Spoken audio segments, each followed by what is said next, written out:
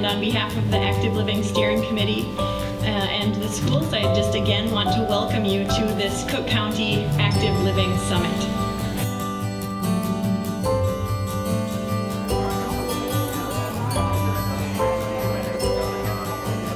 So what do you think about this active living concept? I'm really excited to learn more. I saw that Congressman Oberstar was talking, so I wanted to see him in town and learn more about the bus that he was walking with. And I'm just looking to get informed, and this is a great opportunity to do it.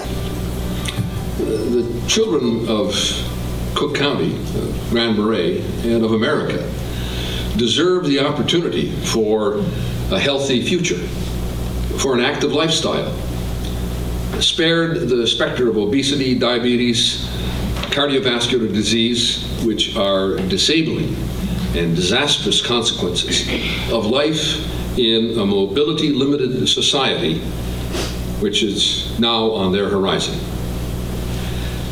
Not only the children, but the parents and other adults for whom overweight and obesity have taken on epidemic proportions deserve a better opportunity.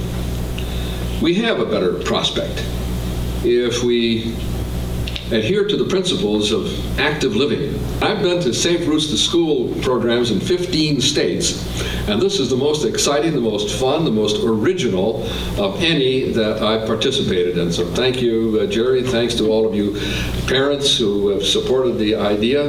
The walking school bus was an idea that I had. So our goal has to be to incorporate public health into city and transportation planning in addition to land use planning.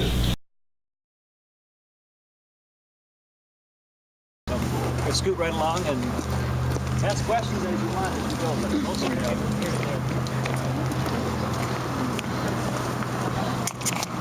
In the planning, one of the things that's really great about the Safe Routes to School initiative here is you do have all of those representatives from all those different organizations sitting in there and saying, okay, well, our plan isn't to touch this road again until 2015. Well, when you do touch it in 2015, be thinking about how we might increase the ease of traffic along there. And how can we get kids from here down to Highway 61, where there already is an established bike path, without them either cutting through or riding along the street, which isn't safe for them, particularly when you've got this as a designated truck route. So how do we create those places that make it easy for kids to do what they want to do and get where they want to get to, as well as to really convince parents that it's okay to let their kids walk to school. Because part of Safe Routes to School isn't about just creating a safe route, it's about convincing parents that it's safe. And when they have experiences of cars flying up and down the streets, of banks of snow that you can't see over, those kinds of things, they're not willing to put their kids at risk. And so you end up with a lot more car traffic, even people going 5, 6, 7 blocks to get their kid to school, which does a couple things. One, it undermines the active living and the walking piece, but it also just adds that many more cars into the mix. It makes it that much more unsafe. So the more we can do for the folks in town, the easier and safer it will be for those who are on the periphery. I'm Gwen Danville. I run Cooperation Station Daycare. And what's your stake in active living? We are located right on the old Democrat Trail on 5th Avenue, and we walk all the time around town. We walk down to the library, walk up to the park, we push the stroller, and I want the kids to be really active, and I want them to be safe while they're doing it.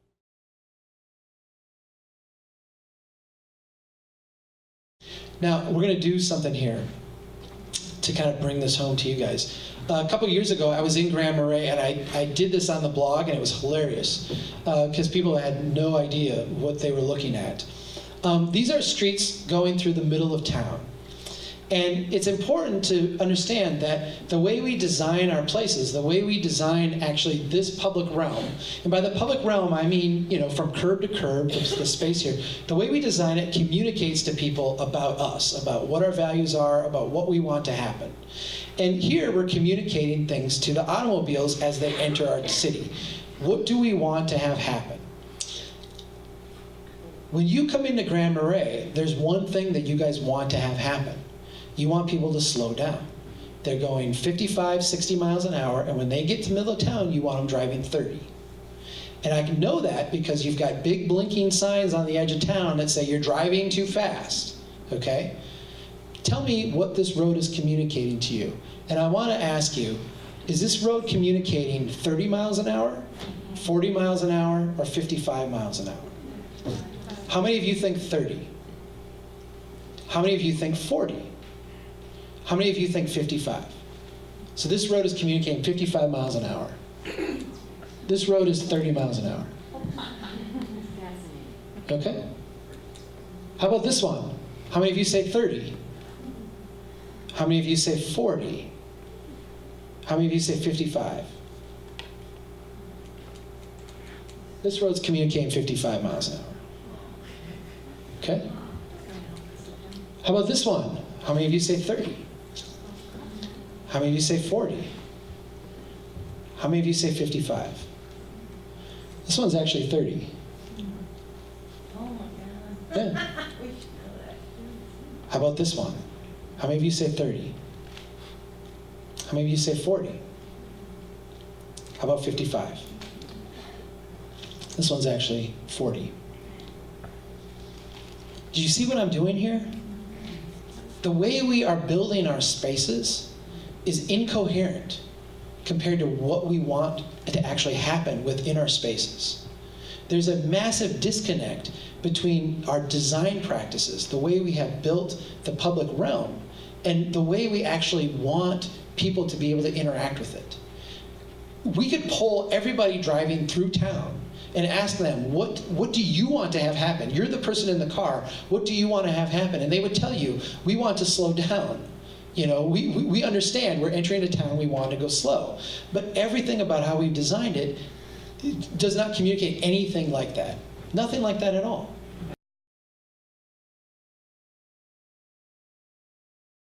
Complete streets means, and this is from the Minnesota Complete Streets Coalition, that our streets are planned to be safe and accessible for pedestrians, transit riders, bicyclists, and drivers, all users, regardless of their age or ability. Okay, and really there's no one way to do a complete streets. I think sometimes it's funny when, not funny, but it's interesting if people say, this is a complete streets project, because that means that others aren't. And really what we want to do is say, all transportation projects can be a complete streets project if you just evaluate the needs and accommodate them.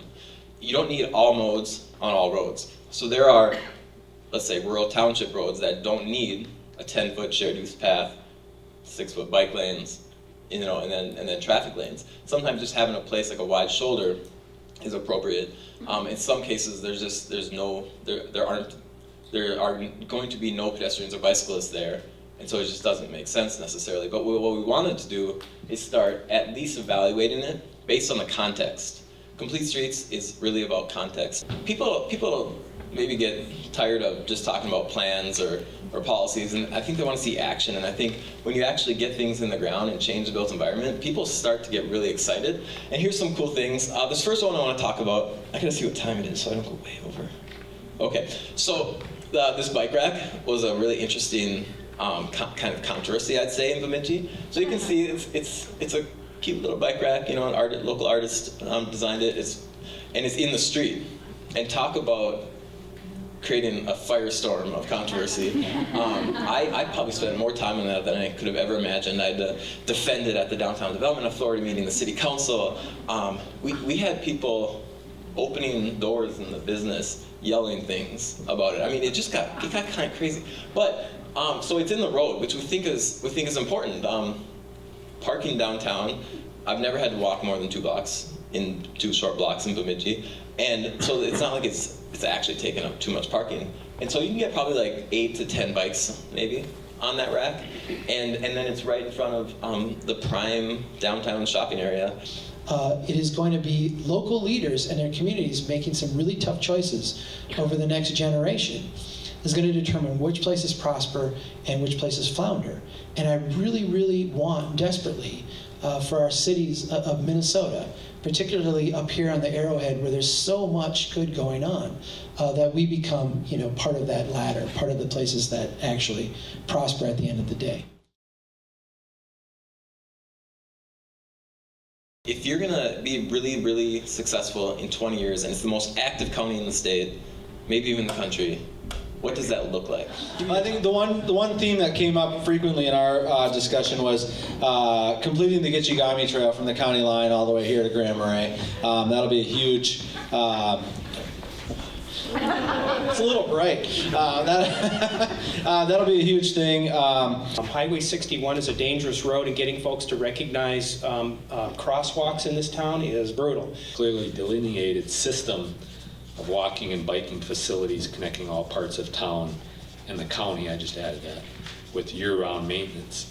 We had accessibility for all the people, be it they're disabled, and if they're elderly or just regular, to try and walk, do it be all the seasons, and have it be a safety for all. Great facilities, and that would include restrooms, as well as rest and rejuvenation stations. So, if we're encouraging people to get from Schroeder to Grand Portage, they're going to need to rest and rejuvenate along the way. Probably the number one was buy-in from the leaders. In having done some of these major large trail projects, one of the problems is getting buy-in from the leaders. And that includes federal leaders, state leaders, county, city, and probably most importantly, neighborhood leaders, the residential. That's probably the biggest impasse for doing any kind of project like we're talking about on any of these things, is getting buy-in from the leaders. So thank you all again, and maybe we should give ourselves a round of applause.